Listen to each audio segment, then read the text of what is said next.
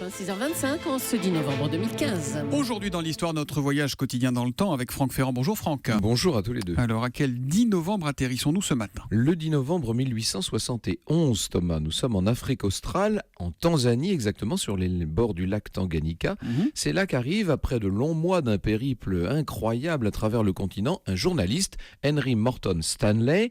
Il cherche un homme, un explorateur, le docteur Livingstone.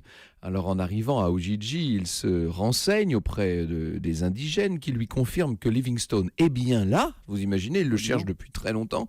Stanley fend la foule. Il finit par apercevoir un blanc à barbe grise, aux traits tirés. Il s'avance et, dans un flegme tout britannique, prononce cette phrase évidemment célèbre: Dr. Livingstone, I presume. C'était bien lui. J'aurais voulu l'embrasser, raconte Stanley dans son journal, mais il était anglais et je ne savais pas comment j'aurais été accueilli. Mais Franck, pourquoi ce Stanley cherchait-il à ce point Livingstone ? Parce que Livingstone avait disparu du monde des vivants depuis des années.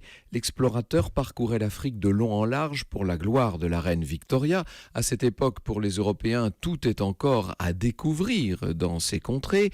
L'obsession de Livingstone, c'était de trouver les sources du Nil.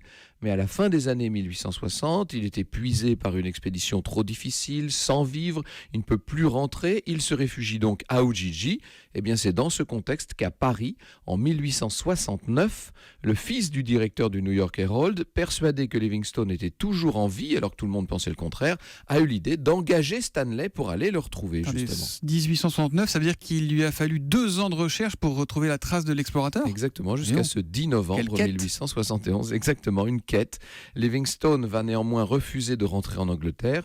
Il veut reprendre sa quête des sources du Nil, sans succès hélas. Il mourra de dysenterie 2 ans plus tard dans l'actuelle Zambie, mais enfin ça c'est une autre histoire. L'histoire qu'on retrouve à 14h avec vous, vous nous parlerez de quoi sur Europe 1 ? Nous parlerons des mères des hommes d'État, à commencer par la reine Hortense qui était la maman de Napoléon III. Au cœur de l'histoire à 14h avec les mamans ce matin sur Europe 1. Merci Franck, à tout à l'heure.